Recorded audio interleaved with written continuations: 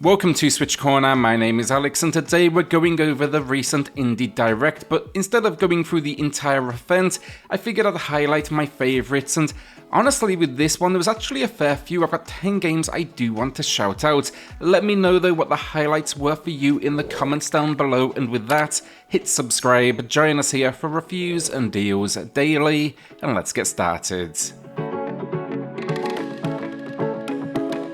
If you are grabbing anything, then consider using cornershop.gg for discounted eShop credit. You'll get 10% off at checkout using code CORNER, and that's going to be instant delivery via email. In no particular order then, but one of the biggest ones for me, Inscryption. This game, it is a masterpiece. It was a very brief mention today as well, but this one, it comes from Devolver Digital, and I've been asking for this now for a good while. I've actually been playing it myself now over on Steam. A roguelike deck building game though, that's basically blended then with a dash of horror and some escape room puzzles. The game just has this unnerving edge to it all, with a dungeon master of sorts that's out to kill you, and they definitely intimidate throughout the experience.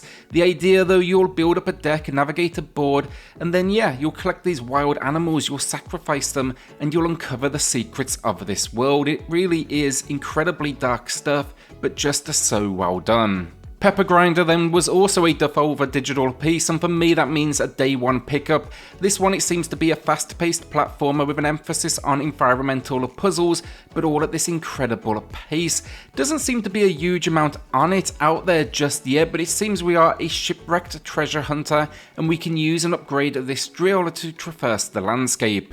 Coffee Talk 2 then is a much anticipated sequel. I played the original, didn't honestly expect much, ended up really enjoying it. The idea though, it's conversation-led moments alongside brewing up different coffees. It's relaxing while a little intriguing at the same time, and I couldn't help but get a little involved with these characters' stories. It's a world though full of fantasy, almost creatures, and your job, look after of course your customers. Oni, Road to the Mightiest Oni looks really good. In fact, the visuals, very Studio Ghibli-esque, and it seems to have elements of action RPG as well. There will no doubt be a few comparisons to Breath of the Wild, and I do see it myself, but I'm now curious to learn more, also curious to see how that performance is, because visually it does look pretty intensive. From what I'm digging up though, it's a whole lot of combat action, and on Steam it promises co-op, so hopefully that's going to be the case on the Switch. Along the way as well, we'll be leveling up through challenges, and the world, it's actually going to be split into 3 unique areas. The story then, it seems to be the idea of taking down demons in a world where we go on a quest of sorts, though it is noted few do return from this adventure. Goodbye World then, the trailer didn't give us much, but it seems there was a demo on Steam, so I'll be checking out some footage of that, but it's actually, this is what the Steam listing's telling me. It says it's a narrative adventure game, and we'll be facing 12 stages of a puzzle platformer over 13 story chapters. Seems the gameplay though, the exploration's going to be that more kind of, modern looking pixel style, and then the actual puzzle element, it's going to be an in-game Game Boy, and I'm a sucker for that, so I'll definitely be checking it out. Sports Story then will no doubt be a massive announcement for many. Not only did we get a peek at the game, but we got to learn that it's releasing on the Switch, and that is going to be this year. It's dropping in December. It's a long overdue sequel to Golf Story, and it's a game that combines sports, of course, as an element, alongside RPG, so I think exploration and dungeons. Really psyched for this one. Roll on December so we can finally check it out. Visually though, with this one, it's just the pixel work that really gets me. If it's anywhere near as good as the original, then as well, this may well be a great one to close out 2022. Curse of the Sea Rats then was another bite-sized mention in this one. It seems we packed a lot of good stuff into that section, the highlight reel of the video. Promising though to be a rat-eyed Metroidvania, it's the visuals again. This is hand-drawn, and we are a group of heroes that have been transformed into rats by a pirate witch. Now we must break this curse. It's going to be real-time combat, it's side-scrolling, and it's packing a huge host of enemies and boss encounters. I'm always a fan of a good Metroidvania though, so here I hope we see a huge map, puzzles, and naturally an upgradable skill set that takes advantage of the weapons at hand, as well as the character's abilities. Wrestlequest then, another quick mention. I'm not sure why they pack so much quality into that highlight reel, but I grew up in the era of Hulk Hogan Macho Man and Bret Hart, and it seems here to be very much in line with that era. In fact, it's pro wrestling meets RPG fantasy, so you can count me in, and yeah, Randy Savage is actually the lead here. I really cannot ask for more. I'm even seeing Legion of Doom amongst a slew of classic fighters, and yeah, it's just another good inclusion. And the world, it looks stunning. Between exploration though and the RPG combat mixed with wrestling moves, I think this is going to be either really great or maybe a miss, so I'm curious now to see how it turns out. I'm hoping it's not just kind of relying on the novelty.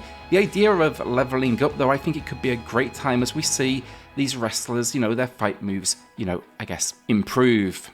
Our penultimate game then, Have a Nice Day. I've played this on Steam. I really like what they did here. Naturally, it's easy to compare it to Hollow Knight. It's a 2D action roguelike. We are playing as an overworked to death, and our employers, they are rebelling against us. Sadly, at this time, we were on vacation and they are ruining our day. So now it's time to show them, of course, who is boss and I guess take them down a peg. Alongside our scythe though, we have a ton of weapons to experiment with. The visual style is stunning, kind of like hand-drawn, and yeah, I can't wait to see this one on an OLED screen. I think it's going to be absolutely stunning. On top of that then though, as well, the pacing, it's just incredibly fast, so as long as they can pull off the port work here, it's going to be a must-buy entry on the Switch. Rogue Legacy 2 then to close us out, and about 6 months ago I did a video on 5 Steam Deck games that appear ready controls wise to hit the Nintendo Switch. This was one of those games, but my main concern was it's actually quite a graphically intensive game with a huge slew of enemies. Well, it turns out I wasn't too far off, as here it is, and it was even better, actually a shadow drop arriving on the console today. The original was a classic. This one, I think it levels it up in nearly all areas. Here though, we have a roguelite where if you die, your children, they will take over, and each comes equipped with a different trait and weapon. The world, naturally it's randomized, that's the levels, and then you can actually even build up your own kingdom. Along the way though, it's incredibly tough to navigate, and it's packed with a huge amount of not only enemies, but traps that will swiftly end your existence. Again though, like this one, it comes highly recommended. You can expect to see coverage here on the channel. May even do a preview video just to break down how it all runs on the console first of all, and then follow up at a later date with a full-on review, as this one, it's going to be a good 30 or so hours of adventure for your cash. What did you all think though? I'm sure this direct will generate some criticism as it wasn't packed with, let's say, heavy hitters, but I do think if you look a little deeper, there's actually quite a lot to be excited for. At this point as well, I've kind of given up on asking for games like Silksong, even if they did show it as well. I do think it would actually be now a mainline direct at this point and not just an indie. There's way too many people out there asking for it, so I've kind of taken a step back, and I'm just going to let it kind of happen when it happens. Again though, let me know what you liked, if anything, of course, in the comments down below, and with that, hit subscribe, join us here for reviews and deals daily, and I'll see you all on the next video. Thanks everyone.